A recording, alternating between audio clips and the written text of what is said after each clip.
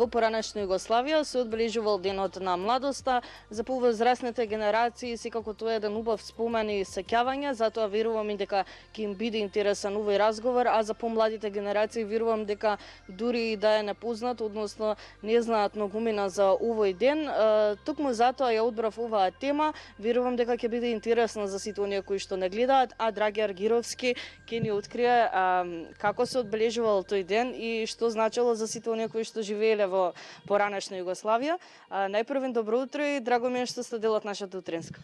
Добро утро и јас ве поздравувам, ги поздравувам сите гледачи на националната телевизија Телма. Интересна е историјата на денот на младоста, на штафетата на младоста и така натаму. Тоа е една историја од незаборавот. Посебно многу генерации во Македонија добро се сеќаваат на тие настани. На крајот на краиштата со тоа живеевме долго време. Штафетата на младоста е воведена уште во 1945 година и тоа веднаш по ослободувањето, конечно ослободување на Југославија и добивањето на независност на Македонија, на македонскиот народ, на македонскиот јазик признаено на македонскиот идентитет, така да со победата над фашистичките окупатори на овие терени се создаде една слободна Југославија која се развиваше нормално под водство на тогашниот југословенски револуционер и прв председател на Југославија Јосип Брз Тито.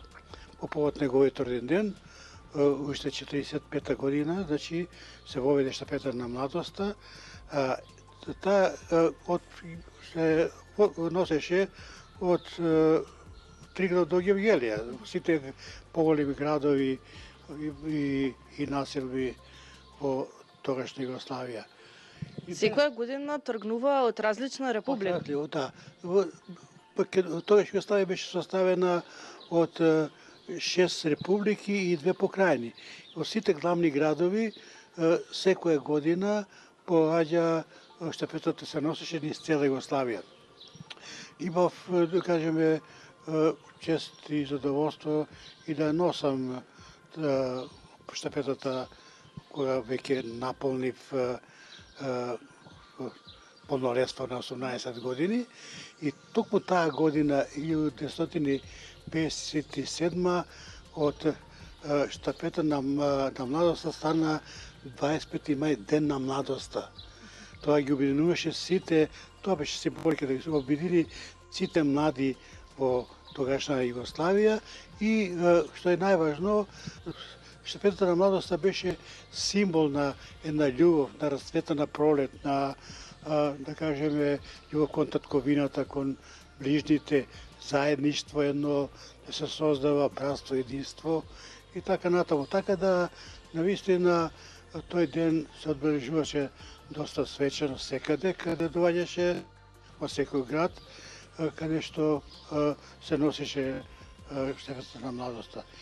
Колку време порано тргнува за да стигнат во Белград? Скоро месец и нешто порано, за да ја бине цела Југославија, затоа што не се задржува многу, има ноќи каде што преспива се вика таа штафета на младост и таму се организира, посебно јас сум во Куманово и Скопје бил, се организира убава свечаност, младите се собираат, пеат песни од, да кажеме, револуционерни песни, македонски песни и така натаму, и на тој начин се зближуваат. Да кажеме, таа 57 година, јас како гимназијалец учествувавме на след, ќе ве покажам младински след во Куманово, јас сум таму роден, да, на тој след беа присутни, да. Што можеме да видиме? Да, тоа е след во Куманово, на сите млади во Куманово, ние гимназијалци сме на првиот ред и таа година првпат ја носев штафетата на младоста низ улиците на градот Првоборец Куманово. Другите фотографии? Па видите што е, другата фотографија тоа е кога бев во Белград како председател на студентска младина на Кумановска околија бев со младината од Македонија на слетот во Белград на 25 мај и тогаш првпат видов директно едно убаво одбележување на тој ден на младоста на плошадот на Републиката во Белград. Беше слетот почна и заврши предавањето на штафетата во стадионот на Југословенската народна армија во Белград. Беше тоа една величествена манифестација и ова беше еден разговор со дел од делегацијата, што ја покажаме сликата. Второ, и понатаму што е најбитно во сето тоа,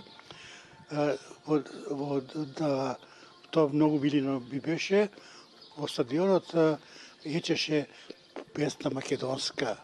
Учествува во културно-етничката програма, учествува сите републики и покрајни со своји најдобри ансамбли и нормално со најдобри изведби од таа земја или република и покрајна.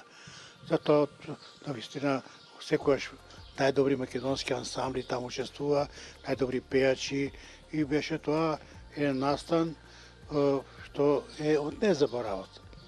Може ли да ни појасните како изгледаше таа штафета? Секоја година била различно дизајнирана, така? Да, и таа седно после се чува во Белград. Нормално, со тоа што има како пехар што е, али помал, за да може се носи и не е многу тешка. Али ја има, да кажеме, грбот на Југославија во тоа време со шеста крацинца, значењето на шеста републики и навистина беше чест и задоволство да ја носи човекот. Сите така ја учествуваме тоа. Секој ќе ве лаже ако не било така. Секој сакаше да ја носи, секој се бореше да ја носи, а многу гледачи или со улиците те гледат и поздравуваат. Така да на тој начин, дури тогаш е веќе мај со како денешен ден, со свечиња, со се, полиците и така натаму, се е тоа украсено како што треба. Иначе ова другата, ова е фотографија како бригадир на две сојузни работни младински акции.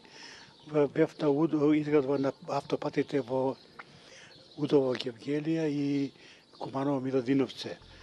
И како бригадири учествуваме на носењето на штафетата по Неготино, односно во Куманово. И тоа беше исто така чест за сите бригадири, а во таа бригадирска екипа беа представници од сите републики и покрајни, што сојузните работни акции ја создаваа младината од цела Југославија. Беа тука и словенки, и словенци, и хрвати, срби и така натаму. Мило ми е што сте искусиле такво убаво искуство, ете ви било чест да на сите од таму кои што ја носеле таа штафета. Немаме многу време да откриеме повеќе информации, но дефинитивно ни откривте една интересна приказна како било во тоа време и затоа ви благодарам што бевте дел од нашата емисија и што прифативте да разговараме на оваа тема. И јас ви многу благодарам и уште еднаш сите ве поздравувам. Тоа беше Драги Аргировски, кој ни појасни всушност како се одбележувал овој денешен ден, 25 мај, се од 1945 година па се до 1988 година во поранешна Југославија, како што тој вели, со нетрпение очекувале да дојде овој ден и секако била огромна чест на сите оние кои што ја носеле штафетата.